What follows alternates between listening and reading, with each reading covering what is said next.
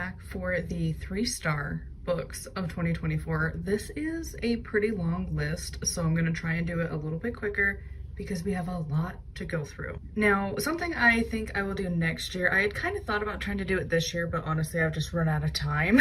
So I think next year I'm going to split these into different videos for the good, the bad, and the meh.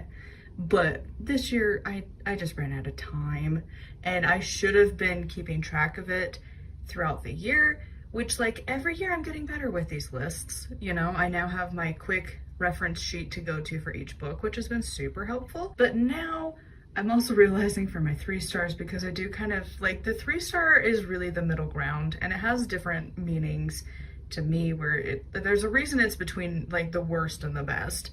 And so I'm really closer to Arlo with his 7-star review system. Or I don't even think he used a star. I think it was just 7 Arlos. But it's something I will do next year. But for this year, we're just gonna go down the list in the order pretty much that I read these. And then next year I will split these up better. So to begin, we have Wicca Made Easy, Awaken the Divine Magic Within You by Phyllis, like Curott or something. Names, I suck at those. So this book was just an introduction to Wicca with some shamanic techniques. So like, the writing voice in this isn't bad, it's okay, but it's the content itself that's pretty iffy. Like, I found myself pretty consistently disagreeing with the author on like associations for the deities and like for the ones that I know, which makes me question the ones that I don't know very well. And like, several of the sections in this book like would pose a question or like a theory, but they never actually addressed it at all. And so it's kind of in the meh category. It's like, it's not the worst book ever written, but I also wouldn't really recommend it either. Next, we have got Witchcraft Simplified, Spells, Meditations, and Practices for the Modern Witch by Isabella is that Ferrari? I don't even know. Again, names. So this one was a very brief introduction to some Wiccan concepts. And that's kind of the main reason I didn't love this book, is that it just felt so short and so brief. The organization was super random, and it's like, there was sometimes some good points, but it mostly just felt like a quick blog post of like Witchcraft 101. Next, we have got Celtic Myths by Bill Price. I was on a mission this year. I wanted, like, at some point in the year, I decided I really wanted to learn more of like the Celtic and like the Welsh and Irish in particular. I wanted to learn more of that mythology because I didn't have a lot of great success learning about the Norse, and like, it's iffy when you're trying to learn the mythology. And so I was hoping to find more here, and they sucked. So this was a very, very brief summary of Celtic myths and some of the information about the history of the area, just to like give you some context. And like, once again, these books are just summarizing the myth, they are not telling it. And I think that's something that like we really don't have a lot of. It's like, it's cool that you want to summarize it, that's great for the academic type, sure, but also like, could we just have the tales told? And I know not everyone loves Neil Gaiman's take on the Norse myths and his book, but I think that's like the best way to portray the myths, because like, I don't need the dry academic take on the myths and like telling the myth. Like, you need a storyteller to tell the story that is a myth, you know? Like, it's so dry, and more like, this book was just more for the academic type, and I don't really love that. Keeping with that theme, we've come to Celtic Spirituality by Philip Freeman, and once again, very brief and pretty random collection of Celtic stories. This one in particular was very heavily biased with the Christian bias and like the overtone of Christianity, where like, even Caradwin's story had Christianity in it, which like you don't normally see, you know? Like, Bridget, sure, but like, for Caradwin, what? It was way too Christian for me. Next, we have got Norse Divination, Illuminating Your Path with the Wisdom of the Gods by Gypsey, Elaine, something. Despite what you would expect from this title, it is not a book on the runes. It would lead a person to consider it, especially when they're like kind of discussed at the beginning. But once you read through it, it's more like an oracle deck guidebook for the author's various meanings. And like, I was hoping for another like really good book on the runes, but this was not it. Like overall, like the author's tone I really didn't like, and I didn't agree with her anyways. Like she just has a few snide remarks here and there, and it really wasn't what I was wanting from this book. And like based on other reviews that I had read, I'm not the only one who thought this. Next, we have got The Magickal Family, Pagan Living in Harmony with Nature by Monica Crosson. Again, names. So this is really more of a memoir, which we know how I feel about memoirs, but a memoir to give advice for pagan families raising kids. So this book is one that like, it kind of sucks. So whenever you write a book for like pagans and families, it really gets like sucked into very ironically traditional family life. It's very traditional in how you are going to come about your family. There's really not a lot of nuanced talk of, you know, infertility and surrogacy and adoption and fostering and chosen family and like all of those complex things. It's really just two people hooked up, had sex, and then, oh my God, look, there's a baby. And that's it. And it really focuses on that. Also, the author just has like a very distinct bias that I didn't like. And it's a very different style of parenting and just living in general. And it's very big on like homeschooling, which I'm not a huge fan of. And it's just overall, her bias was just not my favorite. Cause like, okay, I'll give one example and then we'll move on. But on page 55, Full Moon Family Unity Ritual. This ritual is meant to create a tight family bond. It is a reminder that blood is indeed thicker than water.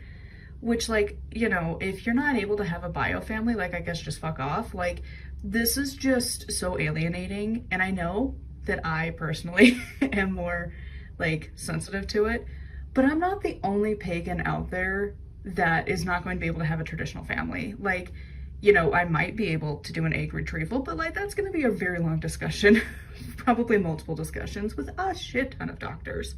So like to say that the DNA relation is so important and is, you know, it's terrible. And also that's a Christian quote. So like, and it's not even the full one. You know, the basic one is that the blood of the covenant is thicker than the water of the womb. But you know, whatever. Next, we have got The Book of Druidry, a complete introduction to the magic and wisdom of the Celtic mysteries by Kristoffer Hughes. So this is definitely an overview of Druidry. There's a large component of this book that's just historical analysis and some journal prompts. Really, I just don't like this author. Like, he's one of the big names for Druidry in particular, but I just find him incredibly boring. Like, he reads more like an essay rather than talking to you, the reader, which some authors do and some don't. Think of like Kellyanne. She's talking to you, the reader, constantly throughout the book. This doesn't do that at all. And like, he poses a lot of questions and just kind of circles around it but never actually answers it at all. And like, when he does give an answer, it's like, it's not. It's like, yes, but maybe, I don't know. And just, it really, I just don't like his writing style. Next, we have got The Hearth Witch's Compendium, Magical and Natural Living for Everyday by Anna Franklin. So this one is definitely more like green living for like gardening and canning and making your own bath and cleaning supplies and that kind of vibe. I'm not big into that. Like personally, I'm just not the kind of person that's gonna go and like have, first of all, the room right now to have a garden, and second of all, to like want to figure out how to can properly, because if you do it wrong, you're gonna kill people. Like, you can get such severe toxic things from canning if you don't do it exactly correct. I'm just not a big fan of it. And then like, also there, like, I feel like you definitely need to research outside of this book to make sure you're doing it correctly. Also, she's constantly eco-shaming, which I'm not a fan of. If you want to keep your house clean with the random crap, sure. I might keep with my cleaning supplies, like the real cleaning supplies, like chemicals I don't think are the end of the universe. I like to have a clean house, but also like, I grew up where you needed a very sterile environment, because like anyone who's had like medical stuff, like I've had PICC lines where you have to have a very, very clean environment, especially when you're like dealing with it and you have to clean it every day. And so like, I'm not gonna trust these random like green cleaning supplies to make sure it's clean enough for like my pick line areas, like where you have all of your supplies set out and like doing like intravenous meds. Like you have to have a very clean environment. And I really don't think these cleaning things that she's telling you to do and is like pushing and like shaming you if you don't do are gonna work. Like it's just not gonna get it as clean. Next, we have got A Cart Full of Magic, Your Secret Supermarket Shopping List by a Name. So this book is more of a reference book with various areas of like the supermarket that you could use as a witch. Each of the entries in this book has a basic magical purpose and a few ideas of how to use it. So the author was very random on their bias, which was just not my favorite. Like, of course you've got the usual like health conscious, fat shaming, eco shaming that you see all the time. That's not my favorite. And like the author ironically does some good things of like not completely shaming you for using like the household cleaning products. Again, we just talked about why I care about that. But like each of the items were so short and really lacking that it's just not even a good resource. And like one of my notes was like, fuck off, my Kraft mac and cheese has magic. My ketchup has magic. Also, bro, periods are not the enemy, because like they have really, really, really long sentences. Next, we have got Norse Mythology, Tales of the Gods, Sagas, and Heroes by Mary Litchfield, Sarah Bradish, and Abbie Brown. So this was more of like a novel telling of the myths, but as short stories. So my notes, I remember I really didn't like this book, but Litchfield apparently in particular really seemed to hate the gods. Like the attitude just fell off. And like, I really don't trust the author. Like she brought such a like random weird bias to this. It just felt like she just, And again, the sagas were just presented so boring. Like, I don't know how people can like them because they're just so dry and just bland, and I just hate them. Also, the weird thing about this book is that the authors are not listed anywhere on the outside of the book. Like, you kind of have to like dive deep to find the author names in this book, which is just weird. Next, we have got Elements of Magic, Reclaiming Earth, Air, Fire, Water, Spirit, edited by Jane Meredith and another person whose name I don't know how to pronounce. So this book, I didn't realize Jane Meredith was really big into the reclaiming tradition, but she is. And so this is definitely their version, their course on the elements. So it goes over how they have this training weekend, or like it's over like 6 weeks of how they do their reclaiming thing for the elements. And it's really just talking about that. Like, it's really just about this event thing and like kind of for their tradition, and it's just a collection of essays, which is just not really my thing. Next, we have got The Ultimate Guide to Yin Yang, an illustrated exploration of the Chinese concept of opposites by Anthony Cummins. So this book goes over a lot more than just yin yang concepts. There's a brief introduction to a variety of different Chinese and mostly Tao beliefs. And so like this book, this is where it's like, again, these books of the three vary because it's an interesting read, but it is not at all what I was looking for. And like, the thing that I really didn't like about this one in particular is that I was just really disappointed at the lack of the queer community, especially like they have like a sex magic, but it really, really, really only focuses on it in a very traditional sense and very traditional gender roles. Change Your Space to Change Your Life. Elevate Your Energy with Feng Shui, One Room at a Time by Julie Ann Siegel. So this is just an introduction to Feng Shui. Like it goes over some basics of what it is and like mostly just her examples as a Feng Shui consultant. And like really that was the premise of this is that it's like, how is this applicable if you're poor? Because like, it just felt so out of touch that like you're supposed to buy and renovate all of these spaces, but then she's also gonna eco shame you because you have glue in your flooring and have a TV. Like it's just, it really wasn't that helpful, really. And definitely I am currently not the tax bracket that she would be talking to. Next, we have got The Hedge Witch's Little Book of Seasonal Magic by Tudor Beth. So this one is a guide through the Wheel of the Year with an emphasis on canning and brewing at home. Again, I've talked about it. I'm not a big fan of these kinds of books just telling you how to kind of can at home. I think you need to do a whole lot of research to make sure you're not going to hurt yourself. I'm also not a huge fan of making your own alcohol at home for the same reason. It can get bad and then you can literally die. So like botulism is a thing and it's not as common anymore because like the canning system we have is pretty good, like for like the restrictions we have and like we know the science for it, but like doing it at home, a lot can go wrong and then you can just like die. Next, we have got Tarot, the Way of Mindfulness. Use the cards to find peace and balance by some people. I don't even know how to say that first name, so we're just gonna not go with names. So this is a pretty good resource for understanding the tarot with kind of a mindfulness technique. It's laid out with each card having a brief phrase such as burst of energy and leap forward, or time of transformation. Below is another small phrase such as the air elements, insight, concepts, judgment, or finding balance. It describes each of the cards from the traditional like Rider-Waite deck with a brief meaning attached to each one. The minor has like the number, symbols, and details. The major has a question for each one. And each card has the challenge, what you can do, and going deeper. And this is one of those where it's just okay. It's not necessarily bad, but I kind of got pretty bored with it. And like, I don't know for a lot of these tarot books, like how well the meanings line up because I'm not a tarot expert. I'm getting more used to it. I've got a new deck that I'm really liking. And so like, I'm getting more involved in learning the tarot and like really diving deep. But I still think like the book that I'm constantly going back to, like every time I think about the tarot and like wanting to know it better, I still go back to the Living Tarot.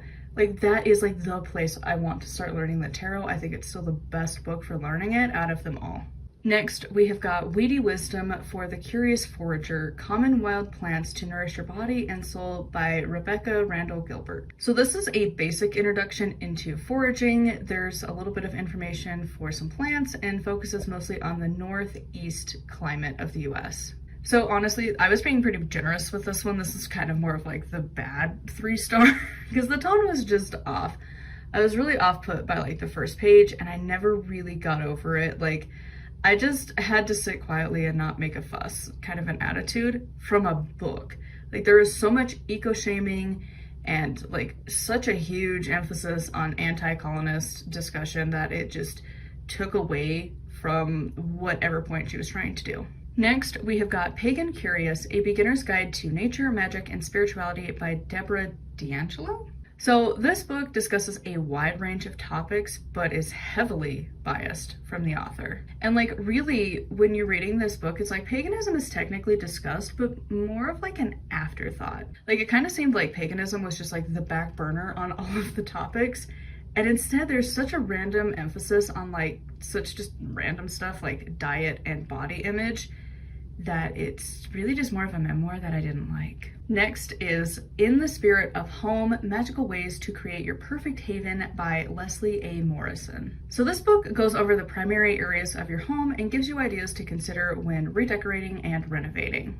And again, it's just okay. Like if you need some basic ideas on how to decorate with a mild mix of like kind of some Eastern and Western concepts, you'll at least have like a baseline to start with. Like the only thing that I found mildly kind of helpful when picking like your personal style was realizing that mine is like, I think it was Scandinavian, and I never know how to say the word because it's not an English word. And it looks like huggy, but that is 1000% not how to pronounce it. It's Hygge. And it's like the concept of like a cozy space where it's like, you have like blankets on the chairs and you have like soft lighting. And it's not like minimalist, like it's not quite maximalist either. It's just like a cozy space. Like it kind of reminds me of like the Hobbit houses, you know, where it's comfy and cozy. That was the only thing I got out of this book though. Next, we have got You Are Divine, A Search for the Goddess in All of Us by Dawn Reno Langley. So this book is about the female experience from a Christian to now New Age perspective. Honestly, it was not what I was expecting at all. Obviously, it is very female experience based and only if you are like a traditional female. Like if you can't have biological kids and if like me, your cycle is not sacred, but rather tries to kill you, like you're just gonna end up feeling like an outsider. Like it's definitely mostly just feminism and a lot of Christianity and just really watered down beliefs. Next, we have got Tarot Rituals, Ceremonies, Ideas, and Experiences for the Tarot Lover by Nancy C. something that kind of looks maybe Italian. So this book utilizes like witchcraft and Wiccan rituals, and then it has card spreads to utilize, obviously, the tarot. So this is a great resource for learning the cards in like a ritual setting. And like there was some interesting bits for like the major cards, but like the minor is just so neglected that it was like, but why? Like at that point, don't even include them. Just tarot rituals for the major and just call it a day. Like, I really get irked when like the minor gets such lack of attention that the major always gets. The philosophy of dark paganism, wisdom and magic to cultivate the self by a person. So this book is definitely one that is not for me and is not my thing. And it's not one you find very often. When you're looking into paganism, this is not one that comes up very often. It's kind of like one of those things where you have to dive a little bit deeper, and you really gotta like know the names that you're looking for, and that's what this book is. This is definitely the philosophical topics for dark paganism. I'm not a dark pagan at all, and like the writing in this book is extremely academic and reads more like a thesis, which is also not my thing. But I mean, if you're into dark paganism, it might be a good book, but it's just absolutely not my thing. Next is Where Fairies Meet, Parallels Between Irish and Romanian Fairy Traditions by Daniela something. So this book obviously talks about a lot of tales involving fairies in both Irish and Romanian beliefs. It's a very small book, like very, very small. It was less than 100 pages. And it's like, I didn't feel like the topic was addressed enough. And it's really just so brief introductions and just really quick summaries of just really random urban legends about the Fae. Next, we have got Western, and I always feel like I say this word wrong, animism, Zen and the Art of Positive Paganism by a person, again, names. So this book discusses Japanese beliefs with an emphasis on Zen philosophy. Again, it is a really small book, less than 100 pages, and really didn't stay on topic. And like, while I don't know a whole lot, it feels really weird to think of Japan as Western, especially in like a pagan context. Like, it really doesn't discuss what other pagan books usually do on the topic, and it's just kind of like a really weird, brief, super brief introduction to more Japanese culture. A Year of Pagan Prayer, a source book of poems, hymns, and invocations from 4,000 Years of Pagan History by Barbara Noland. As the title would suggest, this is a collection of various old hymns and poems throughout the centuries. And honestly, it's just not my style. I don't like the hymn church vibe that a lot of them had. Like, obviously, some of the things that she lists in here are works from more modern pagans for modern pagans, and those are better. But like, a lot of this just really wasn't that great. And also, the only thing that I really noted for this book was that in the About the Author section, it says that the author became a solitary pagan after reading the Old Testament at the age of 9. And it's like, how did you become a solitary pagan after reading the Old Testament at 9? That's just such a random line. I still don't get it, but okay. Next, we have got Mythology for a Magical Life, Stories, Rituals, and Reflections to Inspire Your Craft by Ember Grant. So this book goes over a few different myths from around the world. Each myth is relating to witchcraft, such as like journal prompts, rituals, spells, and meditations. So the interpretations of these myths just did not line up for me. They felt pretty random, and the content afterwards just really wasn't my thing. It was super rambly and needed more direction. Like, other people might like it, but I just really didn't. The Burnout Antidote, a spiritual guide to empowerment for empaths, overgivers, and highly sensitive people by Anne something, again, with names. So this book introduces the concept of burnout with like some super basic exercises to begin working on it. But like, it's only really helpful if you're like brand new to self-help in general, because it's just like, meditate, breathe, following your life purpose to refill your well, and that's it, which is not always that helpful. Next, we have got Happy Witch, Activities, Spells, and Rituals to Calm the Chaos and Find Your Joy by Mandy M. So this book approaches the quest for happiness for beginners with a variety of techniques such as meditations, spells, and visualizations. And it's one of those, like, it's fine. ish. If you're a beginner to therapy and you're like questing for happiness, this is kind of like a witchified version of like the first few therapy sessions that I've had. And honestly, like, there's better information. Like, it's not that helpful. Like, if you are like depressed, anxious, and otherwise beyond like the basic sad, like, this is not likely going to be enough. It doesn't tell you how to like process your shadows or trauma. It's really just super beginner level on all fronts. Intuition at Work. Trust Your Gut to Get Ahead in Business and in Life by Melanie Barnum. So this book goes over the basics of intuition before going into some specifics for utilizing your intuition for your business and a few tips for other jobs. It just wasn't for me and really wasn't what I was looking for. It's definitely great for someone, but I'm not that person. The points it goes into are pretty random and it just goes off on such tangents. And it was actually pretty brief in actually explaining how to enhance your intuition. And really, it's more emphasized on like your business with like a model for like a traditional like psychic, where you have clients and marketing and so on. Next, we got Elves, Witches, and Gods, Spinning the Old Heathen Magic in the Modern Day by Kat Heath. So this book is written like an essay for her particular version of the Reconstructionist heathenry. This just, again, it wasn't for me. I don't like the writing. It was super boring. I also really didn't connect with like the Norse and like kind of, I don't like Reconstructionist things in general. Most of our ancestors didn't do most things right. So like, I don't know why we're holding their spiritual beliefs on such a random platform. Like, I'm not a big fan of trying to reconstruct the past because like they were all assholes really, if you look at it in a modern context. And so it's just not my favorite. And there was a lot of like her defending her perspective, and that's just really common when you enter into Reconstructionist spaces anyways, so it's just not my thing. And it kind of felt like the book was just really not labeled very great because it's not making it into the modern world.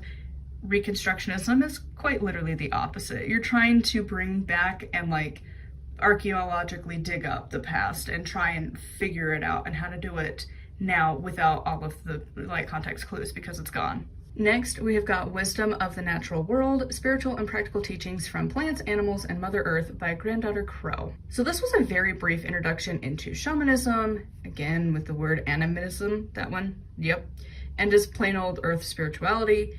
It discusses the basics for connecting with plants, animals, and the seasons. And again, this just really wasn't for me. I wasn't in a place of needing this sort of information, and the way she presented it just really didn't catch my interest. But I also just kind of wish there'd been a bit more depth to this book overall. It just really wasn't for me.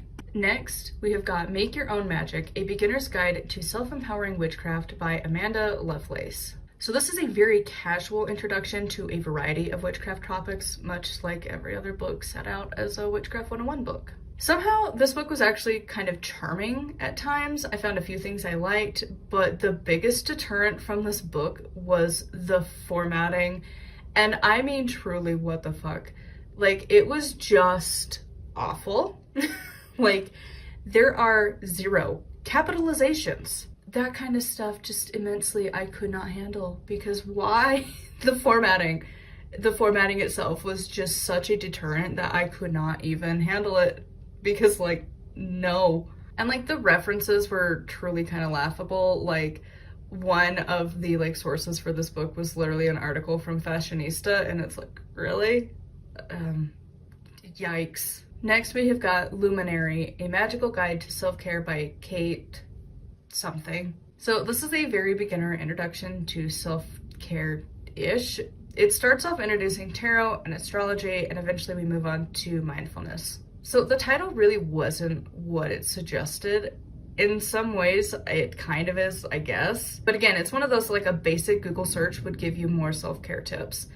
And it's like, it's pretty boring, and it was very much like an interview style that I just don't like. Nature's Hidden Charms, 50 Signs, Symbols, and Practices from the Natural World to Bring Inner Peace, Protection, and Good Fortune by Liz Dean. So this is a collection of spells and rituals to do with like naturally found items in more of like a folk magic style. And so there's a lot of points that I really didn't agree with, and I'm not sure how accessible it is to everyone. Like, the types of rituals were mostly just visualize this or that, which really isn't helpful, but if you're more into that, maybe. Next, we have got Rewilding, Meditations, Practices, and Skills for Awakening in Nature by a Person. So once again, we come to another memoir of his experience and philosophy for nature. There are some exercises to try at home, and really they're mostly just variations on mindfulness. This book was so unbelievably boring, I could barely stay awake reading it. Again, I'm not a huge fan of these memoirs and random bouts of philosophy. Like, a lot of times I was really wondering if he realized that the reader was going to be there when he was writing this. Like, when you sit down to write a book, you should be very conscious of your reader's experience, and I don't think he was. I think he was just ranting into the universe and typing it.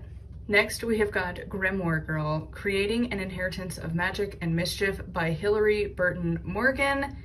So this is a memoir of her life and the emphasis she needs to give on inheriting to her kids through her words and random stuff. Mostly it's just her life and her collecting things along the way. And honestly, she's just not a person I can really relate to. Her life is very different from my own, and the memoir got pretty boring. And like, if I remember right, she's kind of like a semi-famous person. I have never heard of her before, but she definitely has a very much more like privileged life than me. And definitely, again, different tax bracket. Oh, I remember this one. I wanted to love this one so bad, and it just really was not. I never know how to say this goddess's name, so I'm sure I'm gonna butcher it. Dancing with Nematona. That's what it looks like when you read it, from phonetically looking at it in English, but I'm sure it's mispronounced. A Druid's Exploration of Sanctuary and Sacred Space by Joanna Vanderhoven something. I know I'm mispronouncing her name, but I've loved her other books. So this one I was like, I was so ready to love this, and it was so disappointing. It is an extremely small book, lightly discussing this goddess, and it felt like there wasn't even enough to make this book. And like, there's a certain point at which you just gotta either research more or you just don't make the book. This was 40 pages of a book. And it's like, that is a pamphlet, dude. And for writing a book on a deity, and she's done it for others, and they were really good. Like, I think hers was the first book I read of 2024, and I loved that book. And then this one, it's like, what happened? Like, she goes off on so many tangents and just concepts rather than the goddess she's supposed to be talking about. And I really had high hopes for this, and I really wanted to work with this deity, and this book was just such a waste of my time and money because my library didn't have this. So I actually went out and bought it because I trusted this author to deliver because her other book was so good. And then I was so disappointed. Next, we have got Taking the Leap, Freeing Ourselves from Old Habits and Fears by a Person. So this is a brief book discussing a few Buddhist beliefs. The premise comes down to just being present in the moment. Once again, this was a really boring read. And like, I don't know, especially like reading this, I didn't know a whole lot about Buddhism, but I feel like you definitely needed some background knowledge on like key concepts and people that the author is mentioning. And as somebody who was kind of looking into Buddhism, I didn't get anything from this book. The Contemporary Witch, 12 Types and 35 Spells, Rituals for Advancing Witches to Find Their Path by Ambrosia Hawthorne and Sarah Justice. So this book bridges the gap for beginners to intermediate witches with an emphasis on learning which type of witch may be suited for the reader. So this book is really just like, if you're struggling to figure out like, what type of witch are you? This gives you an idea and some spells to go along with each type, but like, if that's not your thing, like, you don't need to buy this book. And like, I'm team, I don't think it matters like what you label yourself as in witchcraft, but like, if that's important to you, this is a good book. Celtic Witchcraft, Modern Witchcraft Meets Celtic Ways by, I don't again know how to say this name, I think it's Maeve, but I could be wrong, Savage. So this book discusses the author's interpretation of Celtic witchcraft. It's filled with various bits of Celtic and really just mostly Irish information and tales from her own life. And again, it's just one of those that it's just okay. Like, I didn't really, like, it was interesting to read her perspective, but otherwise I just didn't really get a whole lot from this book. Next, we have got Hellenic Paganism by Samantha Lever. So this is a very brief introduction to the author's interpretation of being a Hellenic pagan, aka a Greek pagan for the modern world. And I think it's a good like starting point for those interested in that particular pantheon. There's a bit of an assumption that you will be familiar with the myths, which for a beginner book I really didn't enjoy. And like, granted, I think a lot of us did learn Greek mythology in school because that's just kind of an easy one to start with for like learning what mythology is.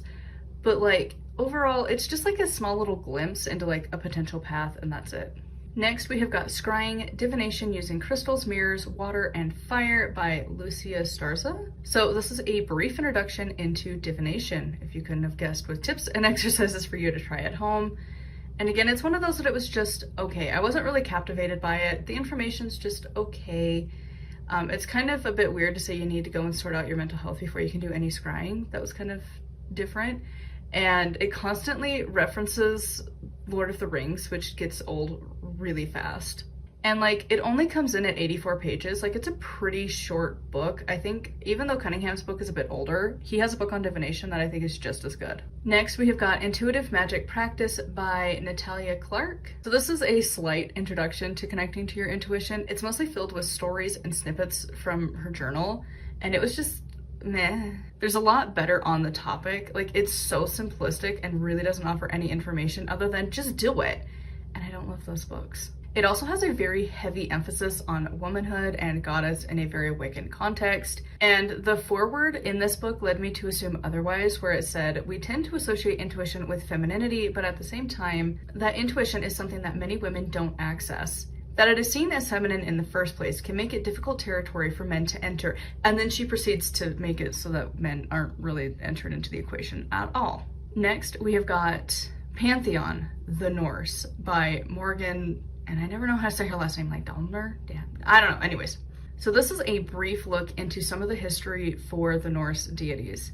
Once again, these books don't give you a whole lot to work with in the modern world. The Norse books are just so busy arguing and presenting the past that we never, ever really look into the now. Continuing along with another one from her, we have Fairy, the Other World by Many Names. So this book discusses the fairy or other world, not necessarily the inhabitants, and it mostly just focuses on Irish, Scottish, English, and Welsh. Her writing style is just not my thing. She is extremely boring, dry, academic. It reads like a college essay and leaves no room for modern beliefs. It's a very sterile look into the history, and the attitude is that what was written down by Christians over the years is more valid than the experience of modern practitioners. I feel a little bad putting this so low on my list, but end of the day, here's where we are. So, the Dalai Lama's Little Book of Mysticism, The Essential Teachings by, you guessed it, His Holiness the Dalai Lama. So the first half of this book is just random quotes from the Dalai Lama, and the second half is an essay discussing a few key writings on Buddhism and related beliefs. This one just ended up feeling so disjointed. Like, there's no flow or really any path to follow. The majority of the quotes from the first part focus on death, which I don't really agree with his concept of death. Like, how I view it versus Buddhism is very different. Like, I honor Hel, the goddess of death, and I view her very differently than typically Buddhism is going to. And like, overall, it just really wasn't that influential when you're looking into Buddhism, because Buddhism is one of those beliefs that like you can combine with other religions if you want to, or it can be its own thing. And so I was like kind of debating that most of this year, and this just really didn't help at all. Next, we have got The Essential Book of Celtic Spells, Magical Ways of Power by Marie Bruce. This is a very brief introduction to the Celtics and just the historical figures, to deities, to magical animals. There's a handful of spells included in here, but like, it's just one of those, like, it's fine. I assumed that there would be a heavier emphasis on spells since that's what the title says, but it's really just a small textbook on the Celts. And of course, as per usual, why would we have consent? But also, it's not just for love, it's also for friendship, which was a nice little awful twist to that. Next, we have got Folkloric American Witchcraft and the Multicultural Experience, A Crucible at the Crossroads by a person. Again, names. So this discusses what witchcraft has been in America. There's a lot of emphasis on the past and on a multiracial experience. And this just wasn't what I was hoping for. Like, American witches are just left awkwardly standing between the land and the new history we live and that of our ancestors. Like, I had hoped it would kind of discuss that, but it quickly just turned into a history trip on witchcraft from like the Salem witch trials. And there's a huge emphasis on being multiracial, which, I mean, it could be helpful for some people, but like, it seems like it's only for specific groups of like African or indigenous descent rather than like the European mix. Because again, like, indigenous can apply all over the world. We kind of forget that, but Europeans did actually have indigenous beliefs, and they were also obliterated, mostly by the Christians, really. So like, you know, it it really wasn't that helpful and was really just emphasizing like the multiracial experience of the history of witchcraft. And like after reading this book, like way months later, I have a better book for this topic. So if you're wanting a more American focused history of like witchcraft, Toil and Trouble that I talked about kind of recently, much better on the topic of history. And it talks about a lot of nuance to it, but in a much more approachable way for everybody. And this just was a very niche group of people. Next, we have got Witch at the Forest's Edge, 13 Keys to Modern Traditional Witchcraft by Christine Grace. So this book discusses the author's tradition. Each chapter outlines one key area of their practice. At the end of each chapter are questions for you to consider and some suggested activities related to that chapter. And it's one of those that it was just fine. The language wasn't my favorite. It's very flowery, yet really doesn't say anything. And it's really mostly just an introduction, but it switches from their specific tradition to like general witchery, which is, I don't know, it really wasn't my favorite. I did appreciate though that there was an inclusion for adoptive families. That was nice.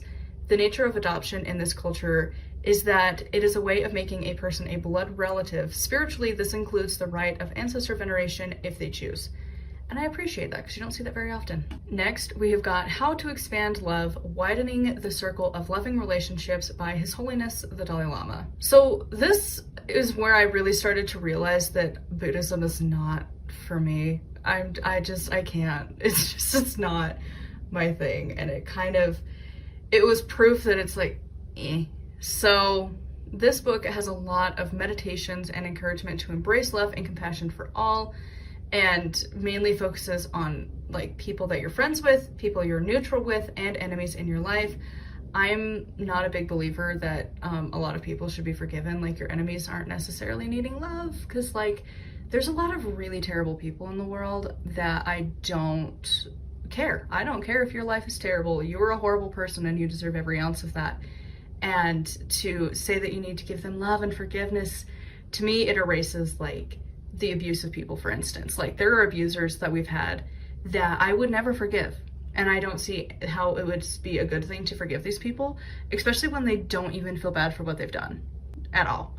So I'm just not a big fan of like forcing this, like, you've got to love your enemies too. It's like, no, I don't actually. Also, this book had a heavy dose of like reincarnation and specifically honoring a biological mother, which again is alienating because like it really focuses on biological mother in the context of like being the birth mother too. And like that's a thing for some women, but it's not for everyone. And again, like it's a topic that's kind of heavy on my mind right now as I'm looking into like the options of how we're going to have a family within the next decade. And so it's like the bio mom experience definitely is cool, but also it is very alienating to read as somebody who cannot do that journey. And I would assume it would be very similar for like men, other women who are infertile or are in like a same-sex relationship where like you can't do that. And it's just like, why? Because it's very focused on like the role as like this person grew you in their belly and they nursed you, and it's like true, but also like there are plenty of moms who even went through that whole process but they can't nurse their own child, or that again, you can be the biological mom and you didn't birth that child. That's how surrogacy can work. It doesn't always work out that way, but it can work that way. Like there's just so many options and nuances that are just not really there. And also the concepts mentioned in this book were just super repetitive. Entering Hecate's Garden, The Magic, Medicine, and Mystery of Plant Spirit Witchcraft by Cindy Brannon. So this book is really just on plants relating to Hecate. There are 39 plants included with a number of spells and rituals. So I wasn't a huge fan of her writing style, and I'm still iffy on her as just in general. I've listened to some of her, she has like a YouTube channel, so I've listened to some of her videos, and I'm torn, because like there's not a lot of people talking about Hecate, so like it's kind of nice to have, but also I don't know, I'm torn. That's why it's in the middle. This one definitely has a lot of like poison path things, which I'm torn on as well, because like initially when I read it, I was like, I don't really know that we need that much. But then also after the election, I'm like, I don't know, do we? Like, I don't know. I don't know how I feel about it. The research was fine. The verbiage, I didn't really like. I've got another one of hers that I'm going to be reading this year in 2025. So like, the only thing though that I will say is that there was a couple poems from this book that like truly definitely I go back to all the time. So there was one on page 30 called Soul Medicine, and I totally forgot that that's what it was called, but I just refer to it as like witchcraft. And it's this poem about how witchcraft is your medicine, and it's a short little poem, but I really, really, really love it. It kind of just mentions of like, you know, I walked through fire and witchcraft was my medicine. I healed and witchcraft was my medicine. I was reborn and witchcraft was my medicine. I stand in my power and witchcraft is my medicine. It's so good. I love it. But yeah, I don't know. I don't know how I feel about this. I'm gonna read her other one and see, and yeah. Next, we have got Secrets of Your Rising Sign, Discover Your Past and True Self by Andrea Taylor. So, if you couldn't guess, this book talks about your rising sign, but it also talks about your north and south nodes and how they interact. And honestly, I'm not sure about the interpretations for these signs. Like, it's very hard rules on like how this person is supposed to be, and they didn't always seem very accurate. And like, that's one of the things I've noticed for a lot of like numerology and astrology and even human design. You kind of get lumped into the stereotype that doesn't always apply. And so I have a hard time with it. Continuing along, we have Ancestral Energy Healing, a Guidebook by Shelley A. something. So this book takes the reader through a variety of meditations and journal prompts to work on forgiving and healing your ancestry lines. So this really was not a book for me. It's very, very woo-woo to me, and I personally prefer to keep my imagination and my magic to myself and to those who can actually give consent. And like, the vibe of this book, I mean, first of all, like, the fact that you're supposed to like visualize like healing and forgiveness to all of these asshole ancestors, I struggle with it. Just on so many different levels, but like, the first is obviously consent. I think that's a big thing. And like, not doing that, it really like this level of consent that's not used, it reminds me on such a creep level of the Mormons baptizing the dead. And if you don't know, that's a thing they do. The Mormons have this very elaborate ritual they do where they baptize the dead against their consent. They've done it to Holocaust victims. I think they've done it to Hitler a few times. Like, they have their members stand as a representation for people who weren't Mormon to baptize them in death. And that just feels ick. And this healing and like just taking again away the consent of dead people, it feels very much the same, that you think your way is the right way and these people who are dead cannot give their consent. And it gets into the woo-woo anyways of like, can you really do that?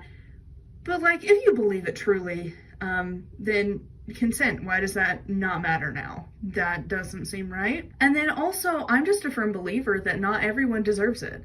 Like, there are some shitty people in the world. There's been horrific people. I don't think they deserve healing. I think they deserve whatever comeuppance has happened in the afterlife and in their own lives in general. Like, abusers who end up alone when they're old, guess what? Maybe you shouldn't have abused people in your life. Like, that is the consequences of your actions. And I'm just not a firm believer that every single person deserves healing. And also, like, it kind of feels like it's your fault and you have to hold the, like, line up of your, like, biological line. Which also, no, I didn't make any of these decisions. I had no choice in them being assholes. Like, just because, like, you know, again, if you have abusers in your family line, it doesn't make you an abuser too. Like, obviously, if you're, like, apologizing for them and, like, making their life easier and, you know, taking away from the victims and, like, you know, discrediting their experience and, like, you know, there's ways in which you can be, like, a sympathizer to them and like to make the abuser's life easier. But like, that's, you know, that's a choice that you have. But like, hundreds of years ago, where like you were born after these people died, I have a hard time feeling like I have any responsibility for that, because I didn't do anything. And like across the globe, we have ancestors. So like, no. And I would feel the same way if the person was alive or dead. So that was a big part of why I don't like this book. Next, we have got Fairy Stones, an exploration of the folklore and fairies associated with stones and crystals. So this one, it discusses various crystals and mythological connections with like a variety of pantheons and folklore experiences relating to the Fae. It also goes into like crystals for like the chakras and like some meditations at the end. And honestly, this was like one of the good 3 stars where I was torn between like bumping it to a 4 because I really loved the first section on the stones. Like the information was surprisingly super detailed and contained a lot of information, especially like there's a lot of really good information on just the Norse. Was not expecting that. When you get to the fairy quartz formations, it was a bit lackluster and just honestly, it felt like part 2 or like the last 2 parts were just a fluff to make the word count. Like it should have just stuck to the first part and it would have been great. However, the big reason I don't like this book is because of the inclusion of for entertainment purposes in a book like this. And also the disclaimer was on page 217, which is a really strange place to put a disclaimer in a book. Next, we have got The Crooked Path, an introduction to traditional witchcraft by Kilden. So as the title would suggest, this is a book of an introduction to traditional witchcraft. It goes over the history, some basic beliefs, and a few things to try. Honestly, I'm not really sure if this is what traditional witchcraft is. It seems more like a love letter just to Cochrane, which I might be saying wrong. I'm super sorry if I'm mispronouncing words. But it's really just a book dedicated to him and his philosophies. And I don't know if he's the only word of traditional witchcraft. Sort of like saying like Gardner is the only word for Wicca. Where it's like kinda, but also there's others, you know, then you got like Alexander's and like it branches, it does its own things. So I don't know if it's that kind of a case. I haven't looked too much into traditional witchcraft. It's not my thing. The exercises seem pretty advanced for a beginner. And so just overall, I feel like this is more of like, once you get the handle of it, then you move on to like the specific paths that you might explore. And this might be an option. Next, we have got The Clutter Connection. How Your Personality Type Determines Why You Organize the Way You Do by Cassandra Arson. So this book is her channel and it talks about her journey to figuring out the 4 organizational types. And there's like some tips and stories for each one. But honestly, I feel like it's the exact same stuff that you would get from her channel.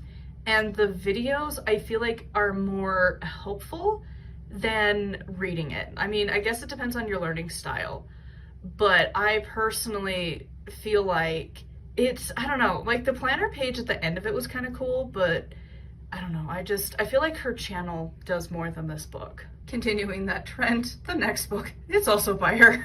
So, Real Life Organizing, Clean and Clutter-Free in 15 Minutes a Day. Again, she talks about how she came up with her system, so it's a lot of the same stuff in her books. And then the back of the book has some blank pages for you to fill out for like daily planning. It's really just her channel.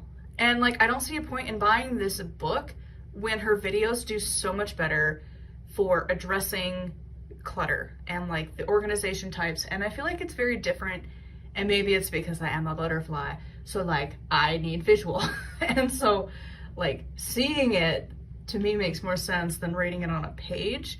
It just seems like her channel does so much better for presenting this information than a book. Next, we have got Spellcrafting, a beginner's guide to creating and casting effective spells by a person. So this is just an overview of spells. It mainly focuses from a viewpoint of folklore and urban legends. It combines a variety of sources, sometimes more Wiccan, sometimes more just like general occult. It covers a variety of different topics like candle colors, the wheel of the year, hexes, and so much more. So this book is just okay. Like there's some parts that I was like, oh, that's kind of interesting, but other parts I'm like, I don't know, and like it's kind of getting a bit dated. And like it honestly, this book just reminded me of one from Cunningham and Harrington that was also on folklore. It was like their household magic book. I don't remember the exact title right now, but it was so similar to that, and I also didn't like that. So If you're really into folklore and urban legends, it might be for you, but I didn't like it.